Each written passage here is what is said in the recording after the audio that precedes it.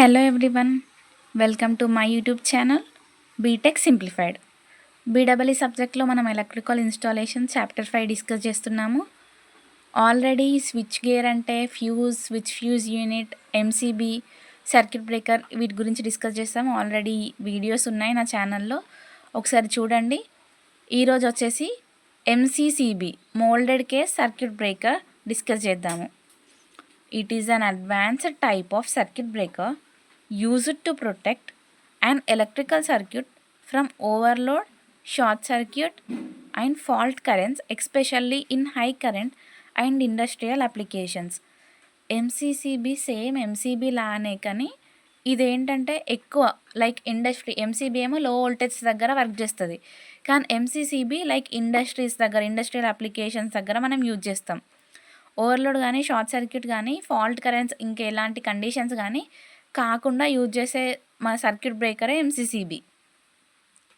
దీని main features వచ్చేసి used for higher current ratings than MCB. MCB ఏమో లో వోల్టేజ్ దగ్గర వర్క్ చేస్తుంది, ఎంసీసీబీ ఏమో హయ్యర్ దగ్గర. It has adjustable trip settings, can be manually or automatically reset after a trip అయినాక manually or it can reset automatically. And it is suitable for industrial and commercial circuits. MCB వచ్చేసి మనం హోమ్లో కానీ, residential homes, హౌజెస్లో కానీ మనం MCB use చేస్తాము.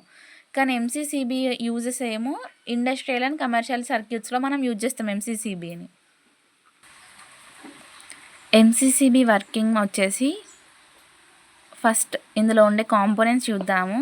Bulb, bimetallic strip, plunger, trip bar, trip lever, contact lever, solenoid, contact, phase, neutral.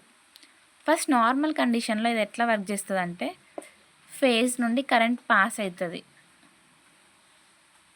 Phase to contact నుండి current ఇట్లా వెళ్తుంది సోలెనాయిడ్కి, సోలెనాయిడ్ టు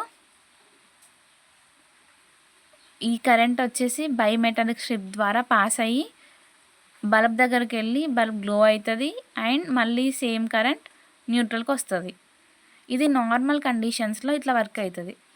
అదే కరెంట్ ఓవర్లోడ్ కానీ లేకపోతే గ్రాడ్యువల్ ఇంక్రీజ్ ఇన్ కరెంట్ ఉన్నప్పుడు సో ఫేజ్ నుండి కాంటాక్ట్కి వెళ్తుంది, కాంటాక్ట్ టు సోలినాయిడ్ గ్రాడ్యువల్. ఈ సోలినాయిడ్ అనేది మెటల్ కాబట్టి అండ్ ఇది కాపర్ వైండింగ్స్, ఇక్కడ మ్యాగ్నెటిక్ ఫీల్డ్ అనేది జనరేట్ అవుతుంది. సో నార్మల్గా గివెన్ గ్రాడ్యువల్ కరెంట్ ఉన్నప్పుడు, గ్రాడ్యువల్గా కరెంట్ ఇంక్రీజ్ అయినప్పుడు phase to contact to solenoid నుండి మళ్ళీ బైమెటాలిక్ స్ట్రిప్. ఇది ఏమో మెటల్ కాబట్టి ఇది ఎక్సెస్ హీట్ వచ్చినప్పుడు ఇక్కడ వరకు వచ్చేసరికి హీట్ ఇంక్రీజ్ అవుతుంది, కరెంట్ ఇంక్రీజ్ అవుతుంది.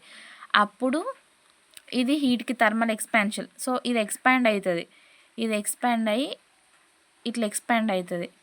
సో ఇక్కడ చూడొచ్చు మీరు, ఇది వచ్చి ట్రిప్ లెవెల్కి తగులుతుంది. సో ఇదే ఈ ట్రిప్ లెవెల్ని కాంటాక్ట్ లెవెల్ కొంచెం లూజ్గా అయితే ఇది ఇట్లా మూవ్ అవ్వచ్చు, ఇది ఇట్లా మూవ్ అవుతుంది. బైమెటాలిక్ స్ట్రిప్ వచ్చి సో హీట్ ఎక్స్పాన్షన్ వల్ల బైమెటాలిక్ స్ట్రిప్ అనేది ఎక్స్పాండ్ అయ్యి ట్రిప్ లెవెలర్కి తగులుతుంది. అప్పుడు ఇది లెఫ్ట్ సైడ్ మూవ్ అవుతుంది. అప్పుడు ఇక్కడ కాంటాక్ట్ లెవెలర్కి ఉన్న ట్రిప్ లెవెలర్కి ఉన్న కాంటాక్ట్ పోతుంది. సో ఇది పైకి పోయి ఇక్కడ ఓపెన్ సర్క్యూట్ అవుతుంది, current does not flow. Normal కండిషన్స్లో phase to solenoid to bimetallic strip, bulb glow అయ్యి తర్వాత మళ్ళీ న్యూట్రల్. ఇది నార్మల్ కండిషన్లో. ఓవర్లోడ్ కండిషన్ అంటే గ్రాడ్యువల్గా కరెంట్ ఇంక్రీజ్ అయినప్పుడు ఇక్కడ బైమెటాలిక్ స్ట్రిప్ హీట్ ఎక్స్పాన్షన్ వల్ల ఎక్స్పాండ్ అయ్యి దీనికి తగిలి సో అది ఇప్పుడు ఇట్లా వెళ్తుంది. ఇక్కడ కాంటాక్ట్ మిస్ అయ్యి సో ఇది అనేది ఇట్లా పైకి వెళ్తుంది, ఓపెన్ సర్క్యూట్ ఫామ్ అవుతుంది. ఓపెన్ సర్క్యూట్లో కరెంట్ ఫ్లో కాదు కాబట్టి ఇక్కడ నెక్స్ట్ మరి స్విచ్ ఎట్లా ఆఫ్ అవుతుంది అంటే, సోలనాయిడ్ దగ్గర మ్యాగ్నెటిక్ ఫీల్డ్ జనరేట్ అవుతుంది. ప్లంజర్ అనేది కూడా మెటల్ కాబట్టి plunger attracts to the magnetic field. Plunger అనేది వచ్చి సోలనాయిడ్కి అటాచ్ అవుతుంది. సో అప్పుడు ట్రిప్ బార్కి తగిలి ట్రిప్ బార్ స్విచ్ కనెక్ట్ అయి ఉంటుంది కాబట్టి స్విచ్ ఆటోమేటిక్గా ఆఫ్ అవుతుంది.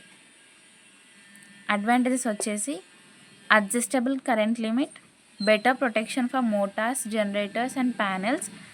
అప్లికేషన్స్ వచ్చేసి మనం ఫ్యాక్టరీస్ అండ్ ఇండస్ట్రీస్లో ఎంసీసీబీ యూజ్ చేస్తాము, నార్మల్ హోమ్స్ అండ్ రెసిడెన్షియల్లో ఎంసీబీ యూజ్ చేస్తాం. Large power distribution boards.